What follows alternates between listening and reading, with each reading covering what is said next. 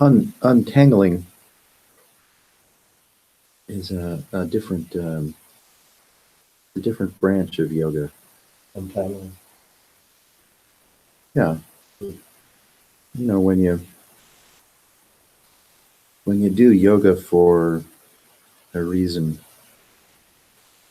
whether it's, you know, health or longevity or flexibility or pliable emotional maturity, or for celebrity or to monetize. Pliable emotional maturity. Yeah, Lifelong endeavor.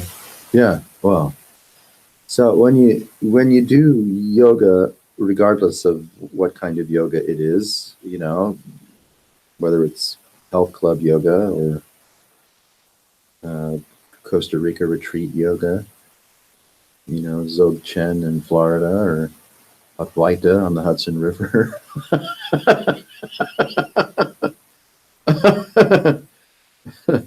Wayne Lickerman in New York City. Yeah, yeah. Engagement. Um, Engaging with experience from the vantage point of being an experiencer um, is going to be very repetitive. That one finds the presence of their own persona and consciousness and belief systems and superstitions and disappointments and longings um, always at hand, like carrying a basket, a heavy basket of personal memory to all the yoga retreats.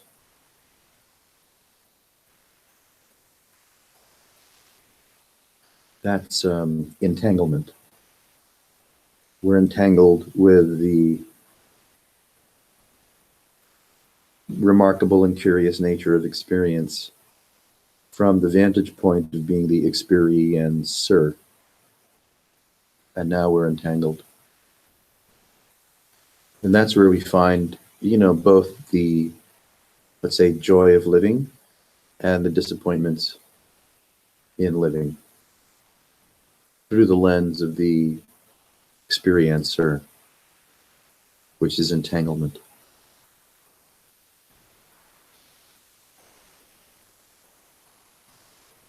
And of course, we want to optimize security and minimize insecurity in all ways: personal appearance, financially, relationship wise, validity, viability, career, notoriety, which all, that's all entanglement.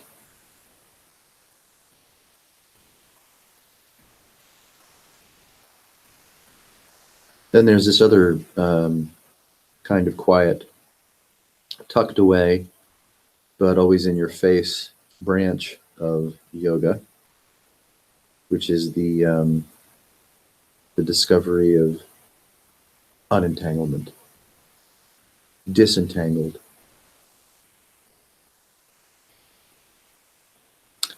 But if the disentanglement is partial, namely, I don't like unpleasant things, I'm discerning what calls my attention and what I reject, then that's entanglement. Because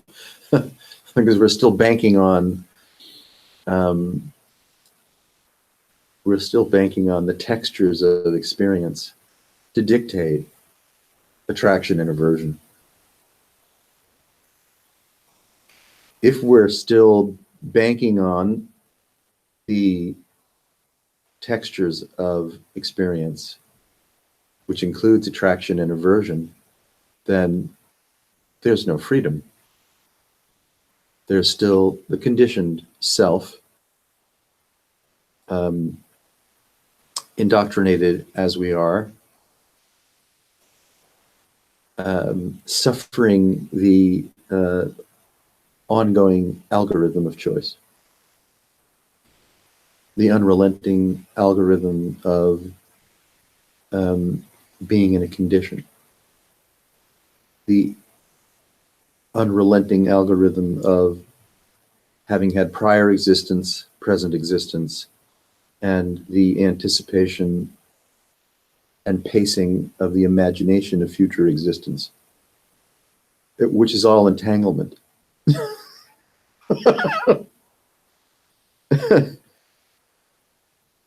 We even want enlightenment to show up, perhaps, as an accoutrement in the imagination of entanglement, because it will be a reliever of some kind, or the gift of invulnerability, or bliss and confidence. So even our idea of whatever enlightenment might be becomes easily co-opted by the momentum of entanglement, being the experiencer of experience.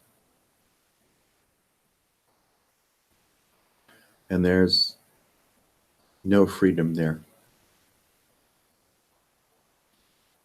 There's the dilemma of continuity of self.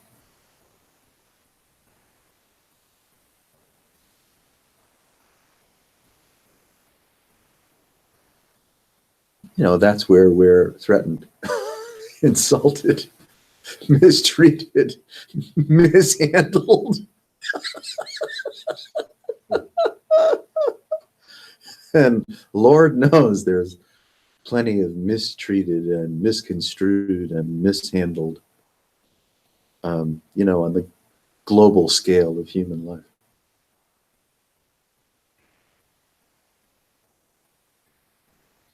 And of course, the accompanying unconsciousness, which accompanies the somnambulism of entanglement. Right? The pride of myself, the pride of being right.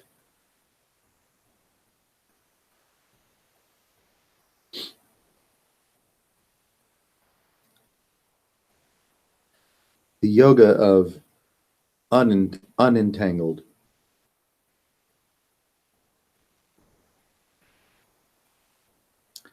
is very uncomplicated.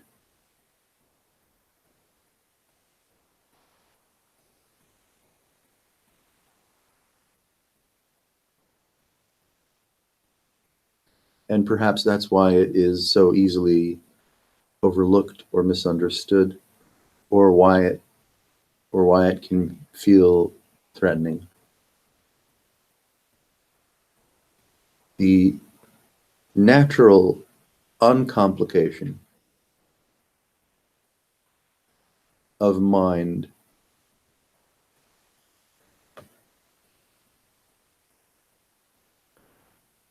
is exactly present.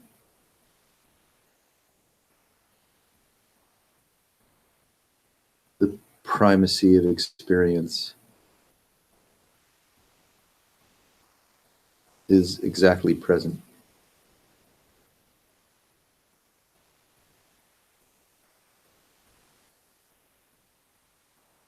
And to sink into the primacy of experience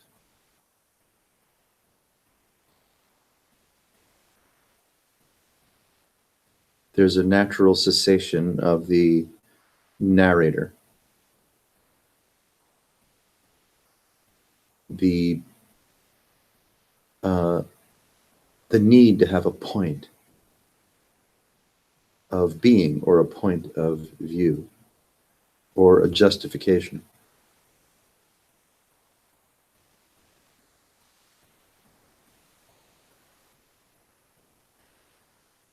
So the yoga of unentanglement is exactly this.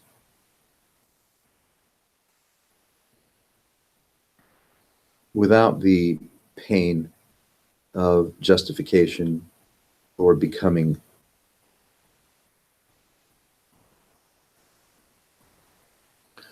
or resolving.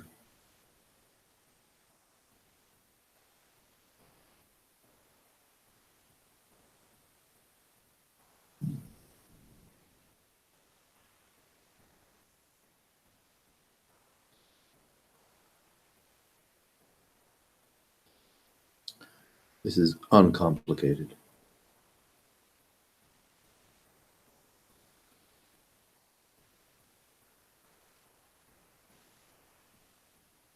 We don't have to trumpet what consciousness is or what awareness is or what consciousness is aware of or what awareness is aware of, or just, yeah, no.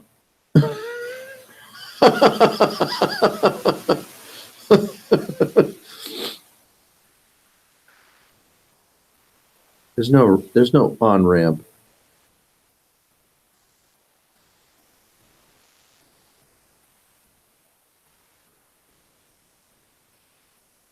There's no attainment or conclusion. There's no cosmology.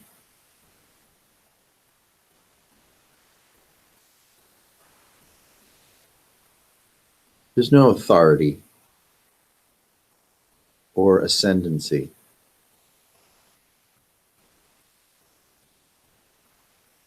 One is released from the hunger and thirst for more or better or different experience.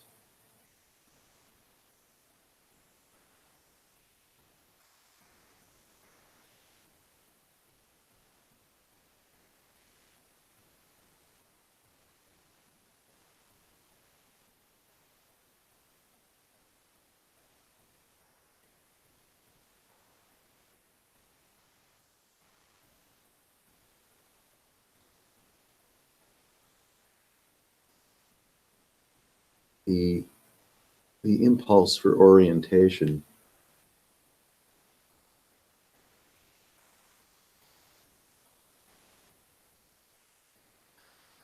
or to noodle about with prior events or the anticipation of future events.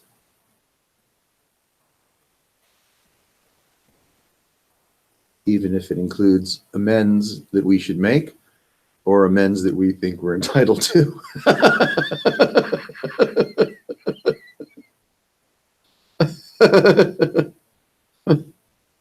Humans are nuts. So we're always in one or other cycle of the insulter or the insulted. Even in the midst of our, passions and delights, the best of us and the worst of us is always at hand.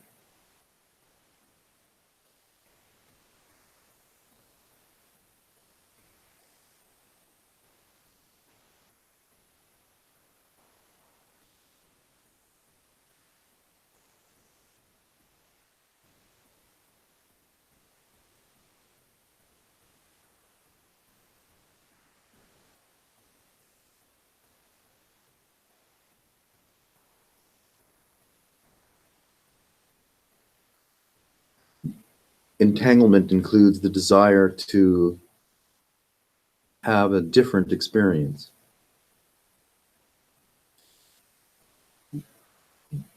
More knowledge or more compassion or improved equanimity.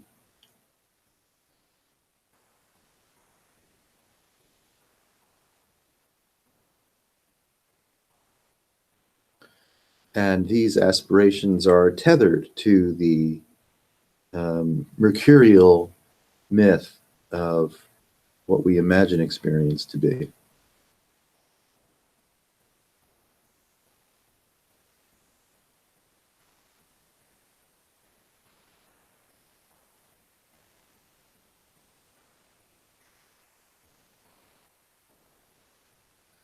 But as we drop our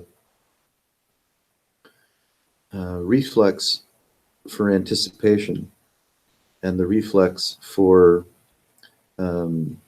rolling former memory or present memory around for entertainment purposes or self-esteem purposes or resolution purposes, then, we remain entangled.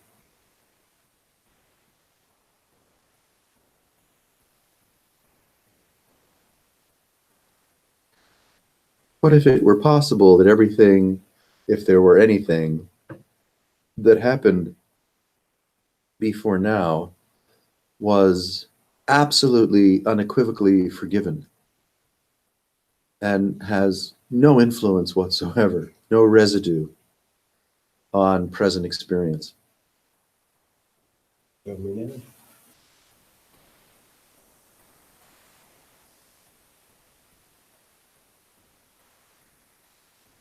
Then there's a palpable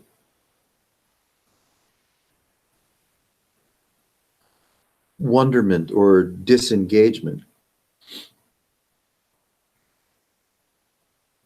from the hook of experience.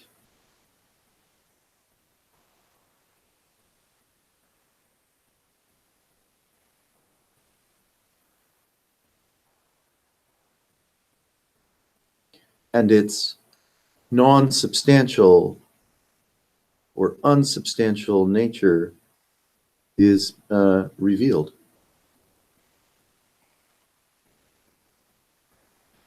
If one enjoys the great blessing of being nourished by the unsubstantial nature of present experience,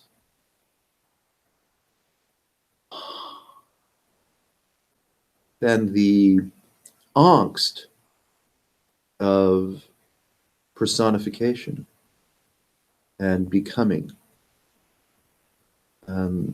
well, can be meaningfully ameliorated.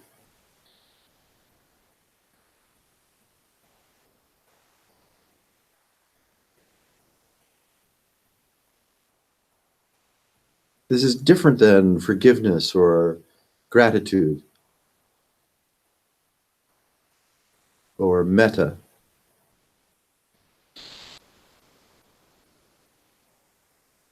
This is the vitality of erasure.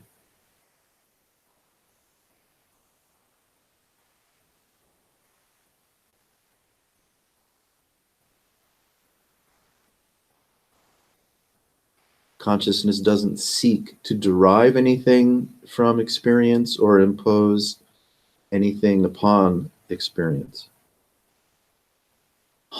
There's no movement to derive or impose.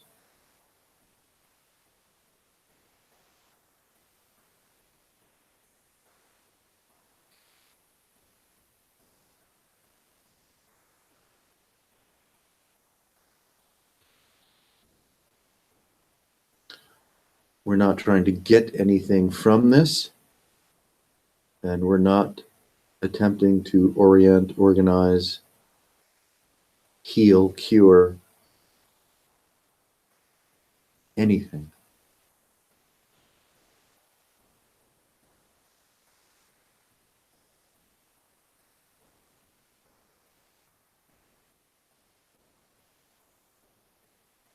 This is an absolutely sovereign and autonomous intelligence.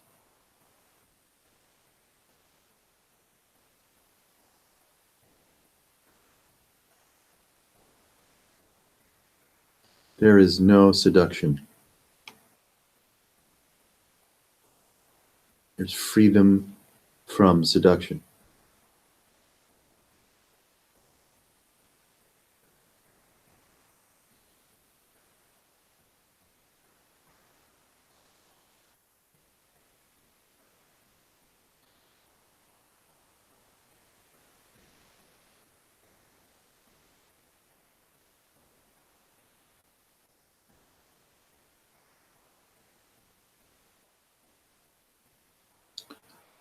truly, you wouldn't want to enroll anybody.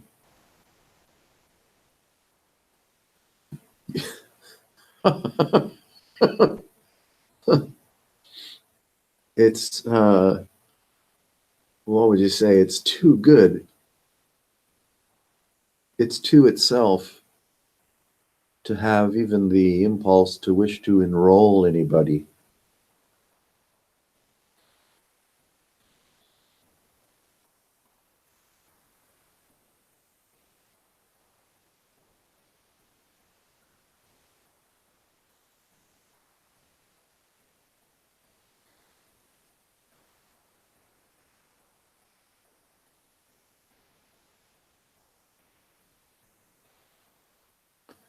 One's nature is effortlessly unadorned. There's no renunciation is required. No refusal is required.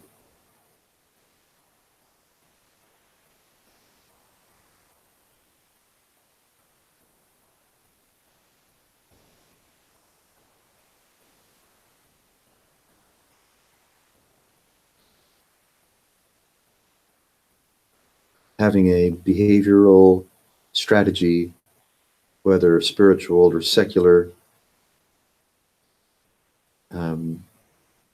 is entanglement.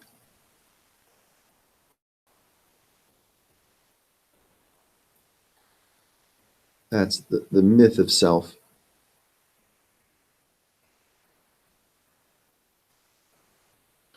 Suffers the accompaniment of strategizing to make do in the world.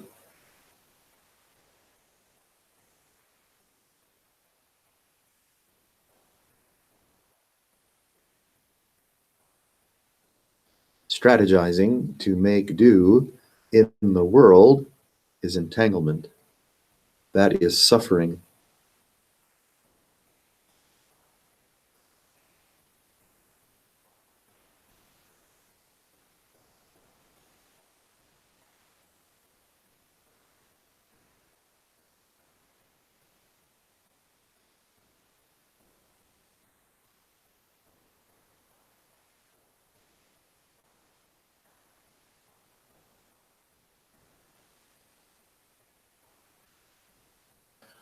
Release from the myth and durability of self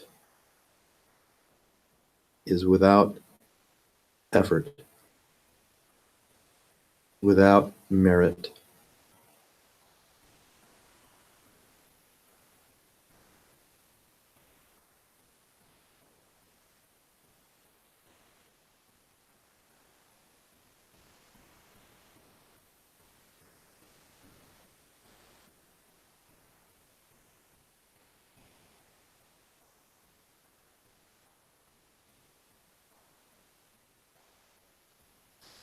One can discover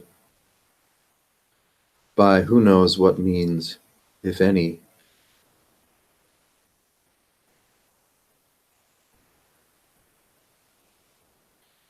the essential, unadorned nature of present experience without narration.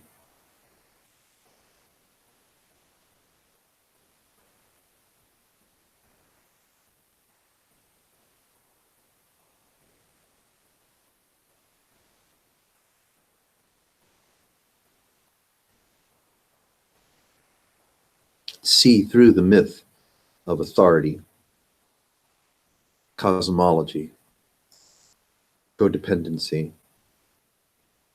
being a beggar for information.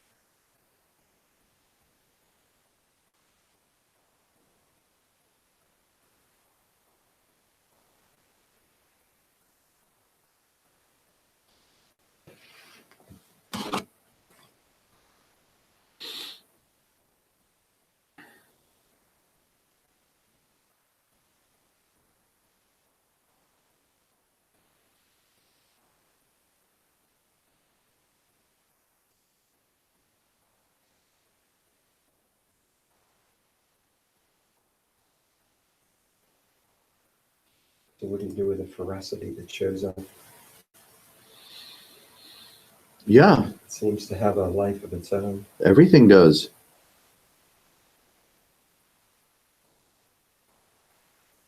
Might be a little wild and dangerous. It's all wild and dangerous.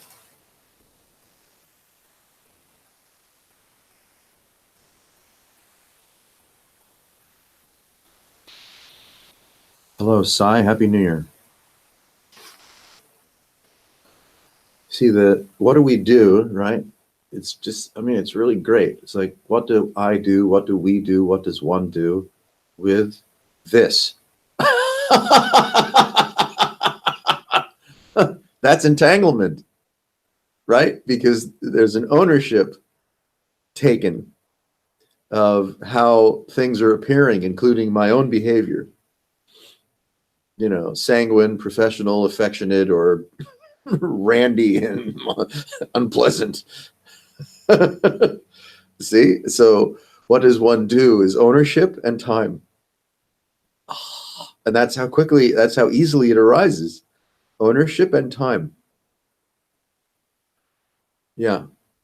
And of course, you know, what does one do with what? Well, with my imagination of what it is that's happening. So, what can you do? Because whatever it is that you do to respond to the imagination of what you think is happening is just going to be more imagination of what it is we think is happening, including our skillful or unskillful response to it. So like in a situation where, you know, humans are tangling with each other and could do better, we might think, what can I or what should I do? Well, what if a lion were eating your head? You know, it's like, what does it matter what you do? Yeah, you go offline. You go offline. Yeah. So ownership and time is self. I pride myself on being spiritual, reliable, conscientious, generous, gracious, able to resolve conflicts, a go-to guy for people in need.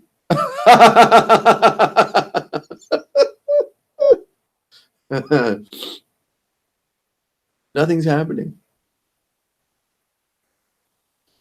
All of the drama of human living, and not just human, I mean, you know, we talk in human terms because we're just so full of ourselves, but, you know, we share the grand experiential field with microbes and bacteria and viruses and gases and insects, and, you know, the entire living plenum is throbbing, incomprehensibly so. But we're just concerned with the partial locality of our own foolish behavior, with no, you could say, consciousness or appreciation, serendipitous affection for the whole, right, of the miraculous living universe. So our preoccupation is with, you know, the comings and goings and rumination of so-called human experience as concerns me, all of which is an idea.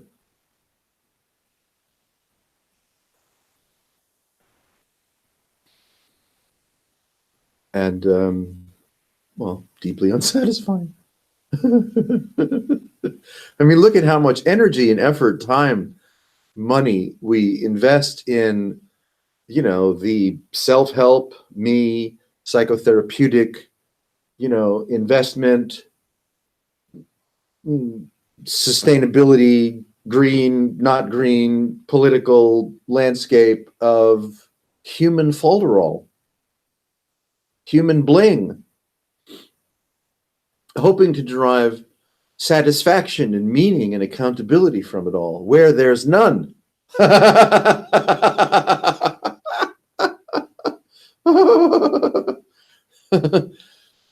at the expense of our own sanity, at the expense of our own intimacy, at the expense of our majestic nature. It's kind of contrived. It's all contrived. It is all contrived, you know.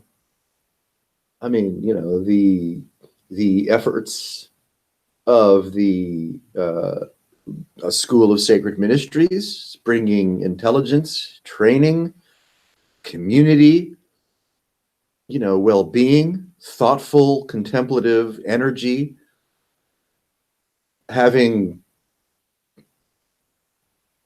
contentious relations, you know, with a few people that are pissed off about modifications in the rent. I mean, how does it even compute?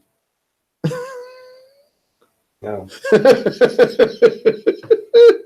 seemed like the thread wasn't the details, it was disrespect. Yes, And it's so primal. It seems to be such a primal trigger, it is primal. Of course it is. almost like a mother protecting her cubs. Sure. Yeah. Yeah. I mean, because we're unconscious, preoccupied, contrived, foolish, selfish, stupid, repeat. We live in an ocean of being the insultor or the insultee. So it seems like the relief comes from just, okay, as opposed to, oh my God.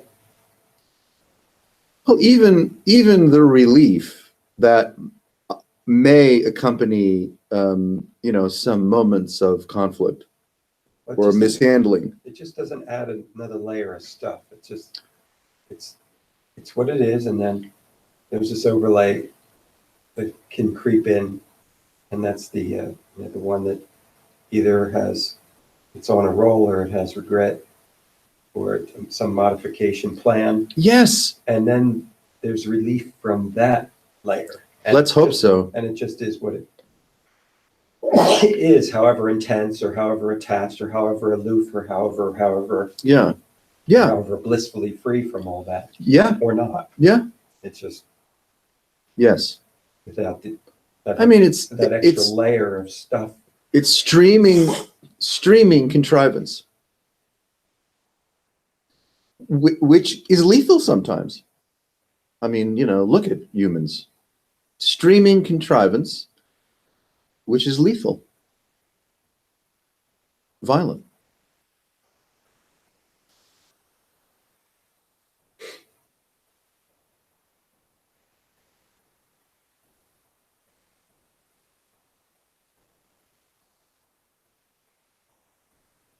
I mean, you know, any extraterrestrial intelligence that might be passing, you know, through the local cluster would say, yeah, let's not stop there for gas.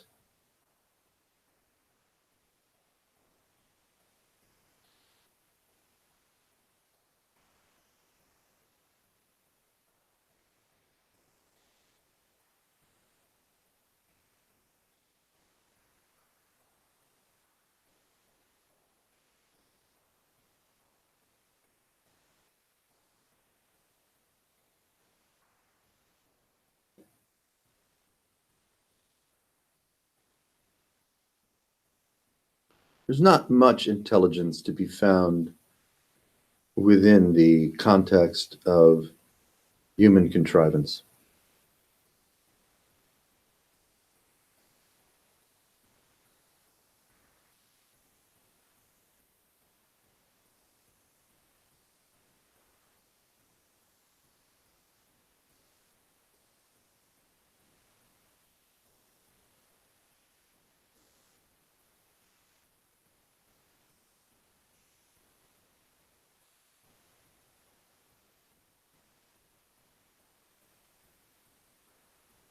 So if you're like in a field and the field has tension in it, and I know there's really not a self and an other, but I'm kind of feeling make kind of a sense of when I was in Nicaragua and then when I came back. Mm-hmm. Nicaragua had this real easeful, Uh-huh.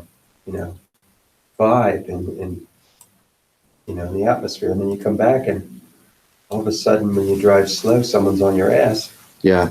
and this buzz is kind of pushing on. Oh, yeah. And so it's like within the field, there's a place, a way of interfacing. Yes, maybe. But I can see already that I have an agenda and There it is. a plan to go from There you go. described to better Yep. than described. Ownership and time. See? Okay. All right. I'm going to step out of the gerbil wheel. I'm not putting it down, right? I'm not Oh, no, I wishing see to it. insult anyone. I see it. Yeah. Just going round and round. Okay. Yeah. I mean, that's the yoga of unentanglement, uncomplication. We marvel at the subtlety, insistence, formidability of, right, self and time. The apparent validation of streaming contrivance. That's really all it is. Self-validation in a field of streaming contrivance. Now I'm somebody. But that's not true. Though we cling to it, defend it with, great vigor, great pride.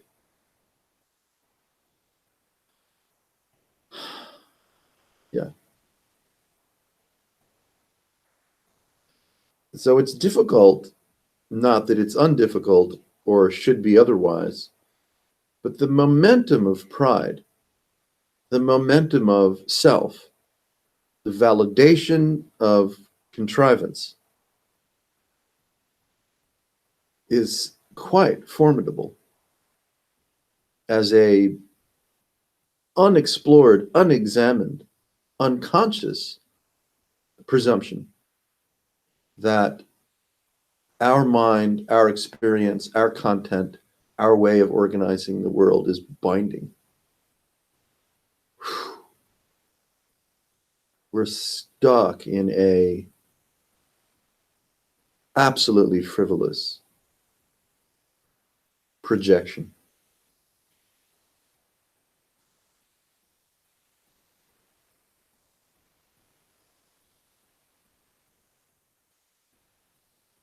To wean ourselves from that habit, especially, in a cultural milieu that so emboldens the habit of suffering, the habit of self. It's not so easy to do. Even if you're in the Zenda, practicing Dzogchen, Kashmiri Shaivism, doing Jean Klein yoga, it's still really, really hard to see. Because the momentum of self, momentum of the creature, the projection of time appears to have legs, appears to be formidable. Not that it has any agenda. It's just like, it's a magical spell. It doesn't have any agenda. It's just, hey, I'm a magical spell. Poof, you're under it. Okay.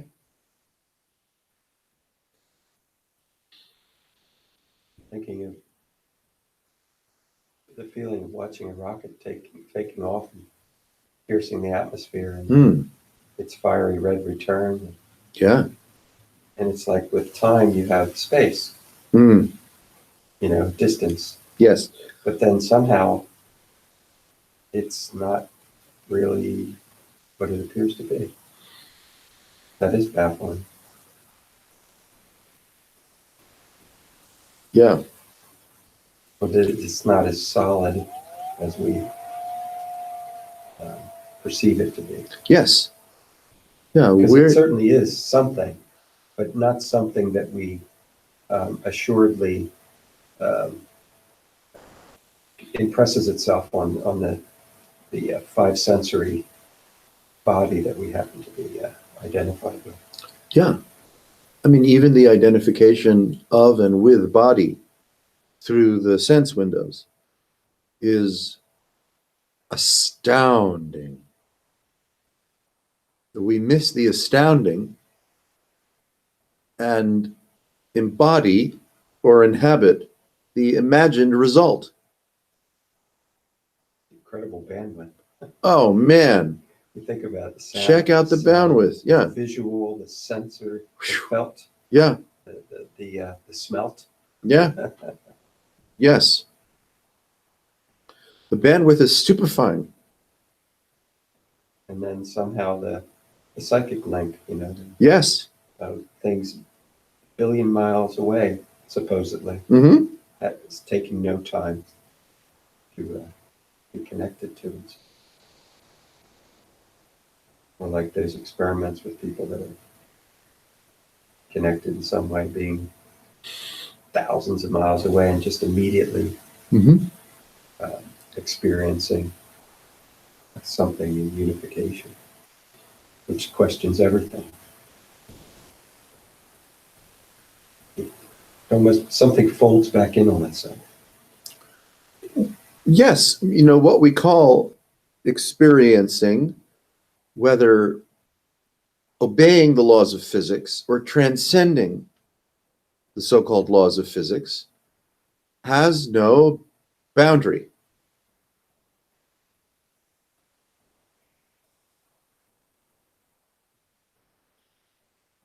But even that is not a container of any kind. Right? The presence or absence of physics, the laws of, and the obeying of those laws is only an imaginary container. It's not an actual or binding container.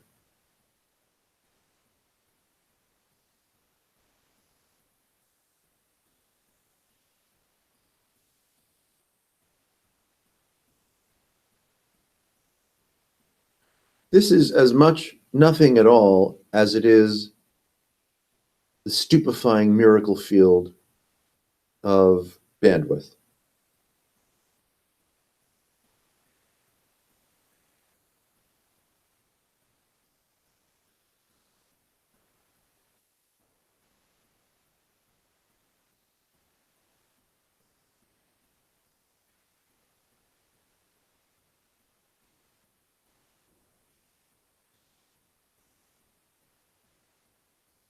It seems to imply right now that there's no effort for it to be what it appears to be, and there's no effort for it to be absolutely nothing. Neither. Yes. No effort. Right. And it perhaps oscillates Yeah. between what appears to be Could be oscillative, could be concomitant. simultaneity. Yes. Right. As a strange simultaneity of both the presence and the absence. That's right. That would collapse time, wouldn't it? Wouldn't it? As opposed to say, I have to take 5 steps to get to that chair. The oscillation To where is, you look, it exists. yes. You look away, it doesn't. Yes. It's instantaneous. Yeah. Oscillation is a slippery slope. Mhm. I'm not denying it. No, the It's just a slippery The slope. pendulum swings. Yeah. Yeah. Yeah, It's stranger even to see and sense its express and unexpressed, its adorned and unadorned nature as a concomitancy. Hmm.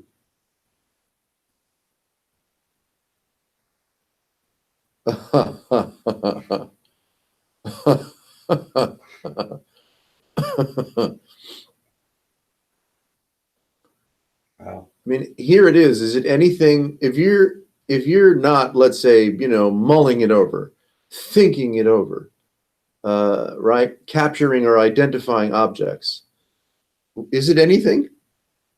It's not nothing, agreed, but what the fuck is it if you're not the one that's supplying the narration, the identification of objects, or the pride of being the subject? It's like not having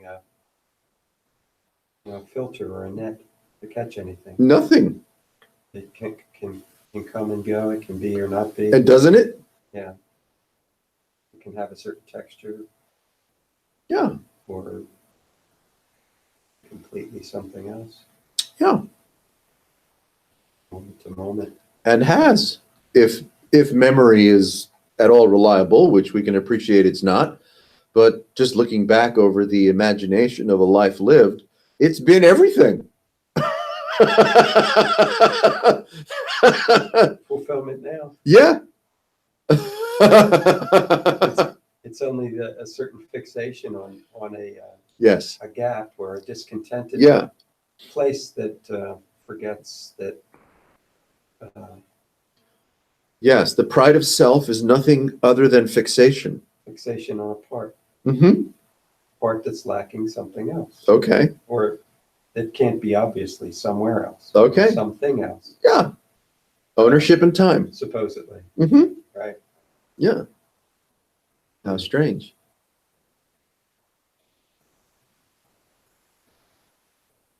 Seeing through the intoxicating nature of ownership and time, the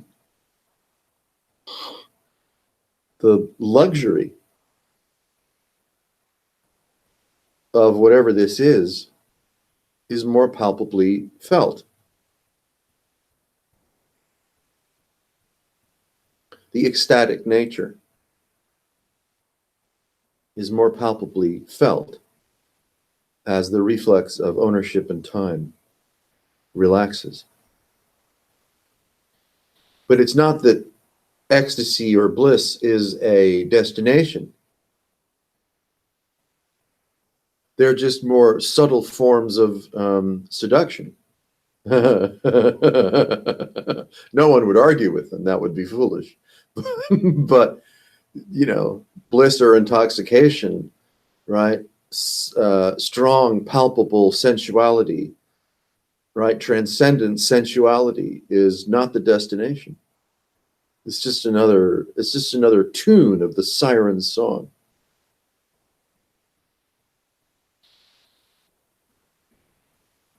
But you could say it's a valuable vehicle for absolute indeterminacy, absolute non-specificity.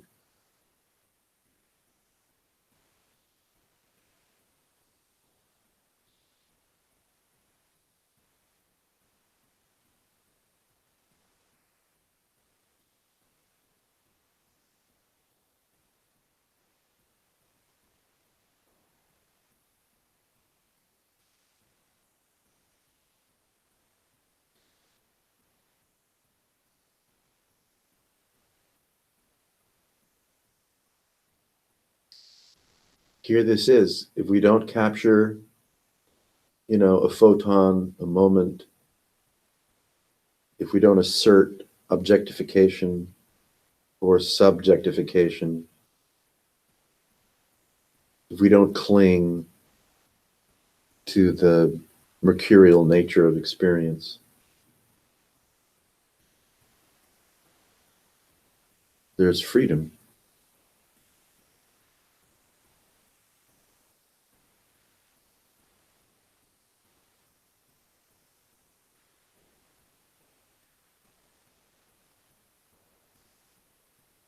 Freedom from self.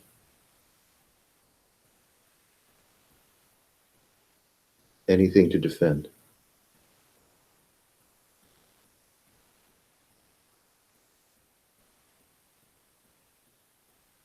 The reflex of ownership and time is lapsed.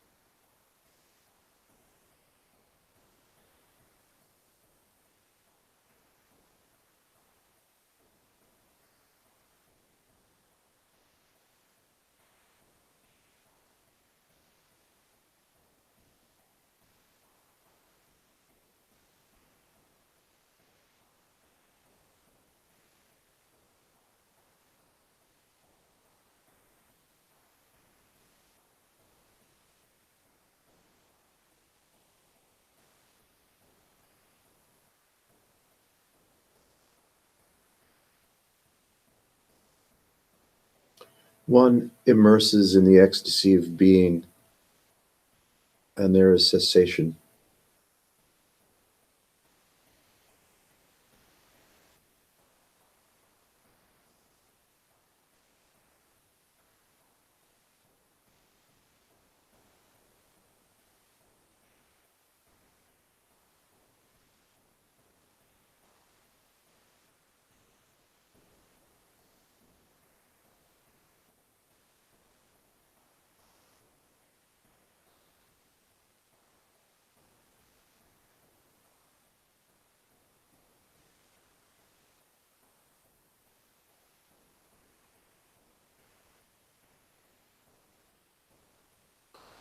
There are no entities worth talking to.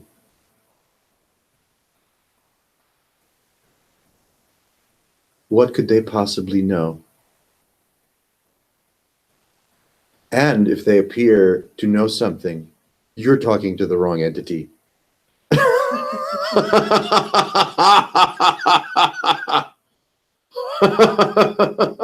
Symbiotic, if someone desiring to know attracts Oh, something that wants to impart knowledge, yes. and until it becomes dissatisfying.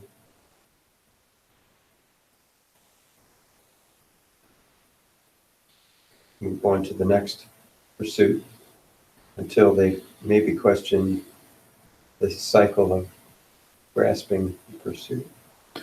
Yes, if we're not willing or able to look at and suffer and feel the turbulence of knowledge and craving and pursuit and cultivation, then we're a sitting duck for any entity that pretends to know something.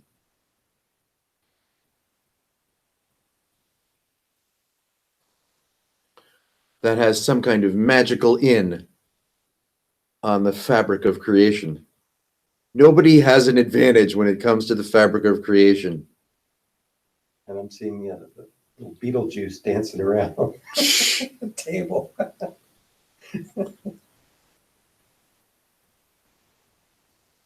Healing, if that's, a worthy cultivation or destination, healing is the release of the experiencer. Discovering the ecstasy of being and riding it all the way to cessation. That is healing. Everything else is contrived.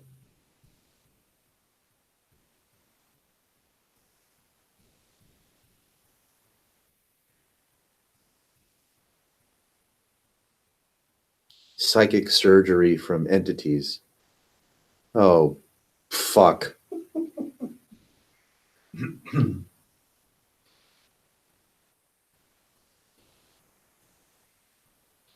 You see, experience is so prideful.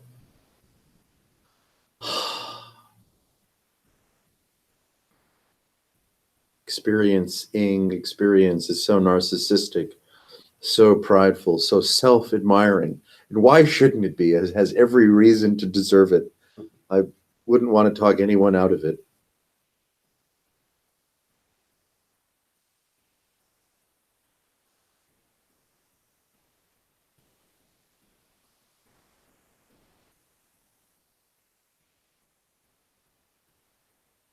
This is the yoga of untanglement.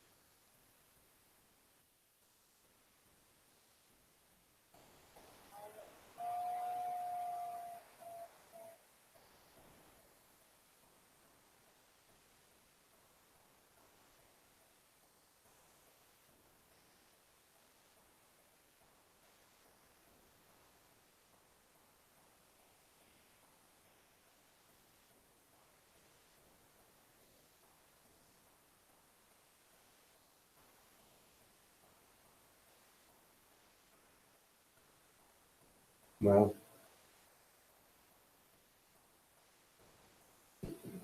things have settled. And it's this place that's dancing around the need to be needed. Of course. And then it's softer because it's like, oh, and some fear that you become insignificant. Yes, the yoga of unentangled confronts the fear of irrelevance, the fear of insignificance, Mhm. the fear of being absolutely forgotten. Wow. I command you to respect my role. Okay, I hear you. Oh, shit. I have insulted and pissed off a whole fuckload of people from that very point of view. No, I might be gone too far in your footsteps. Yeah. I mean, we're not alone. Thank goodness. No. Everyone I know is an egomaniac. Whew, well, that's a relief. They just channel it differently. Sure. Comes out differently. Yeah.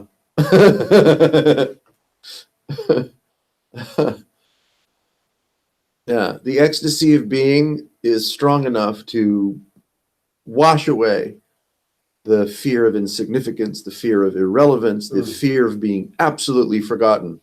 Mm. Yeah. I wonder if that would relieve some of the surprising undercurrents that pop up. But, whoa, what was that? Could. You know, and, Could. And I guess it's kind of a sense of relieving oneself from agenda without trying to do that, but it just doesn't. You know, an agenda is these undercurrents. Yeah, yeah. Self-preservation.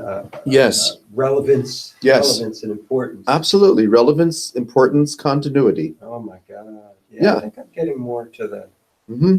the root of that bitter herb that got chewed on. Oh, yeah. Recent experience. Uh-huh. Quite medicinal, I must say. Yeah, it's a medicinal herb. Self-importance is a medicinal herb. Yep, almost ready to throw up. Yeah. Well, it's a purgative, of course. Uh-huh. Oh wow. Yeah. And all is forgiven. I like that. It has to be. I mean, really, it has to be. If I'm clinging to resentments I've, caused or resentments I've suffered, what am I? I'm a product of imagination. I'm a product of contrivance. I'm a product of the great chaos field of human interactivity, of, human indulgence, human superficiality. I have to be willing to forgive everything that happened prior to this moment. Hmm.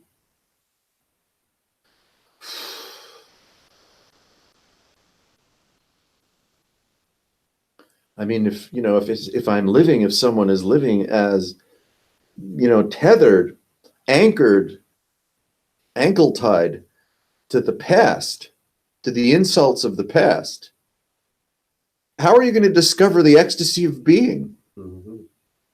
You're too busy.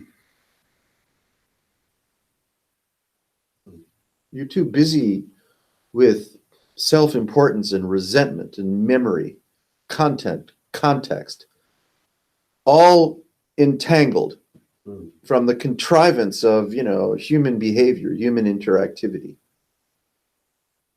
It's isolating, it's insular, it's local, it's stupid. Yeah, I hear it as the folly of self-importance. The folly of myself, because I refuse to be forgotten.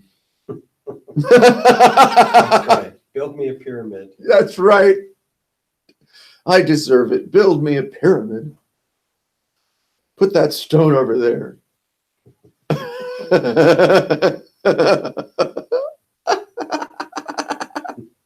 Oh my goodness. These kinds of, depthful, intimate encounters with erasure they are unpleasant, but they're really essential. Yeah, it's bringing a smile. It has to. Because if I remain unconsciously avoidant of erasure, then I just remain in the pride field of human folderol. And I'm miserable. That's correct. Yeah. So here this is. You want to ride the train to cessation, or do you want to be somebody?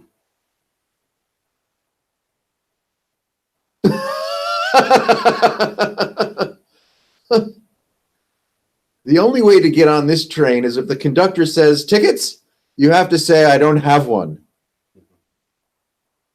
Yeah. If you present the conductor with a ticket, you're going to get thrown off. Get off the train. You're like, but wait, I have it. Get off. The only way to get on this train and stay on this train is to have no ticket.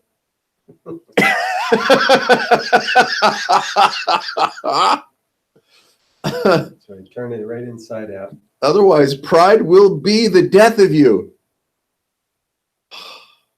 Easier to get a camel through the eye of a needle, right? Uh-huh. Yes. Mm.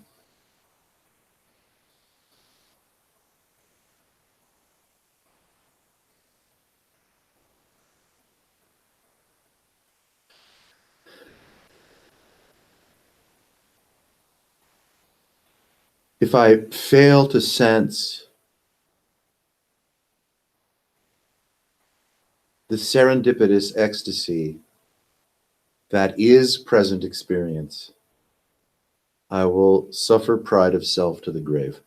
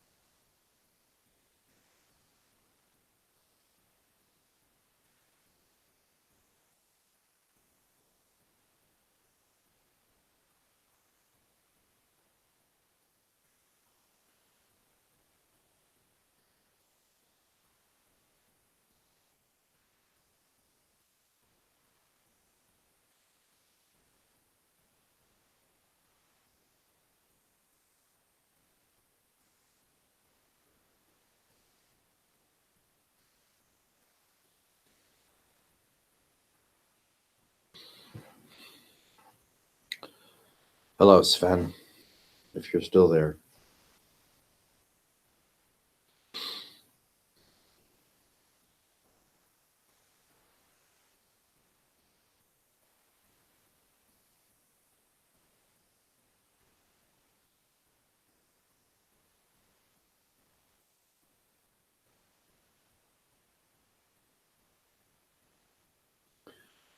One must arrive. Arrive is here. Arrive is now. Not that there's anything special about here or now, or that there even is a here or a now, but one must at least be willing to arrive.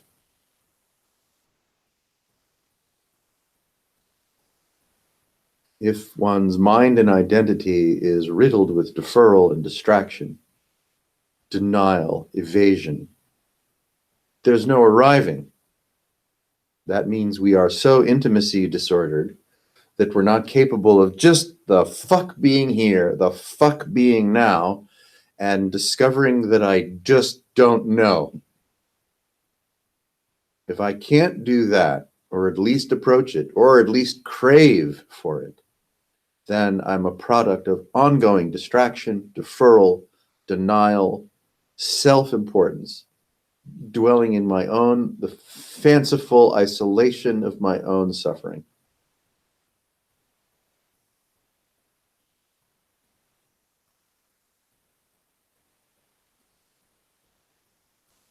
What a drag.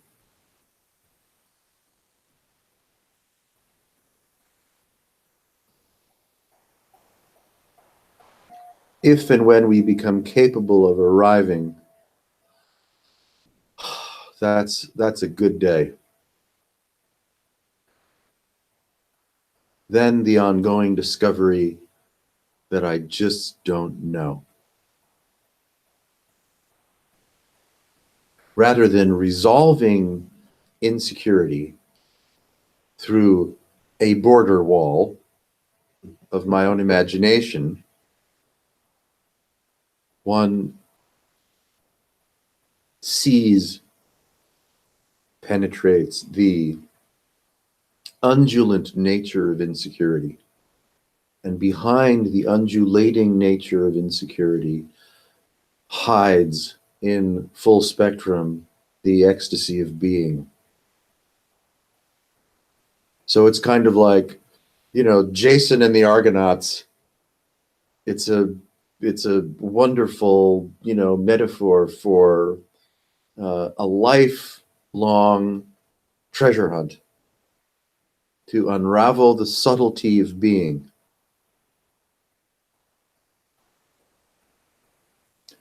And ride the ecstasy to cessation.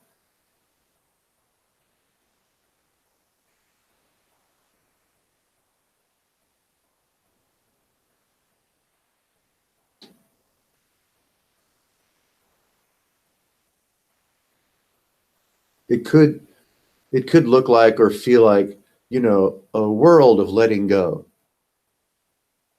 But as much as it appears to be so much stuff to functionally let go of, there's nothing. There's nothing to let go of. There's no act of letting go. There's no act of surrender. The bold stroke of forgiving everything that happened before this moment. That's all it takes. Now you're refreshed. What happened to you? Nothing. What's happening to you now? Not a fucking thing. What do you need to brace for? Nothing. Complete emancipation. Here we are. Here we are. Here this is. I like that. Something likes that. Something does. Something senses it. Like, something senses it. Yeah, like, whoa.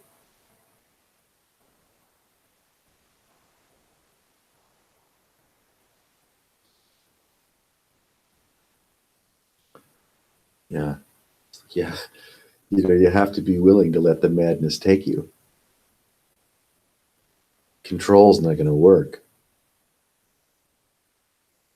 Putting on the psychic brakes, or the emotional brakes, or the brakes of logic, or the brakes of morality, the brakes of ethics, the brakes of, spiritual discourse. It's not going to work. This is wild. You have to let it take you.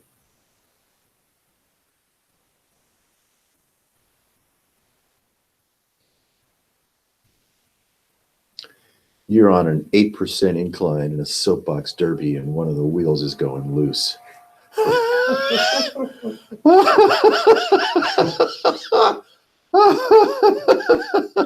You're about to roll off the side of the mountain.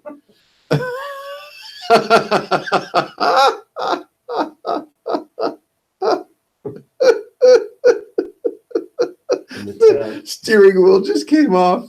In the town of Merwin. Right.